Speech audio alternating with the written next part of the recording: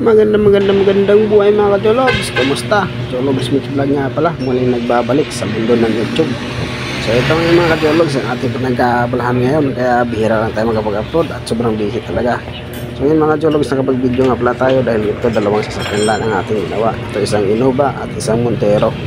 So ito nga po pala mga ka-Jologs, ang ginawa natin sa dalawang sasakyan na to is parehas lang po sila sing opinion po ang ating nire-repair dito mga ka-Jologs.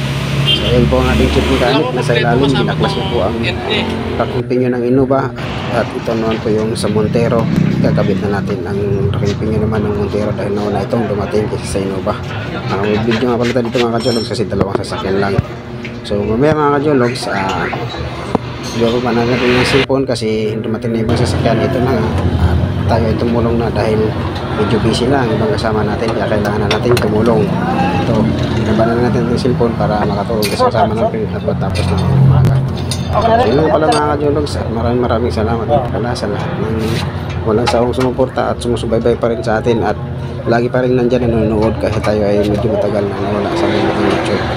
So mga ka-Jologs, paki-comment naman po dito sa baba kung saan umabot ang ating video para sa susunod po ay atin po isi-shoutout yan. So dito mga ka-Jologs, kinabitan natin ang gulong ni Sir sa Innova.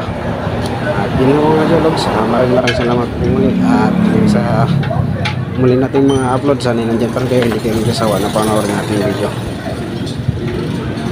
Hanggang dito na lang mga ka-Jologs at maraming salamat po and God bless po sa ating lahat. Bye bye mga ka-Jologs, thank you for watching, babu.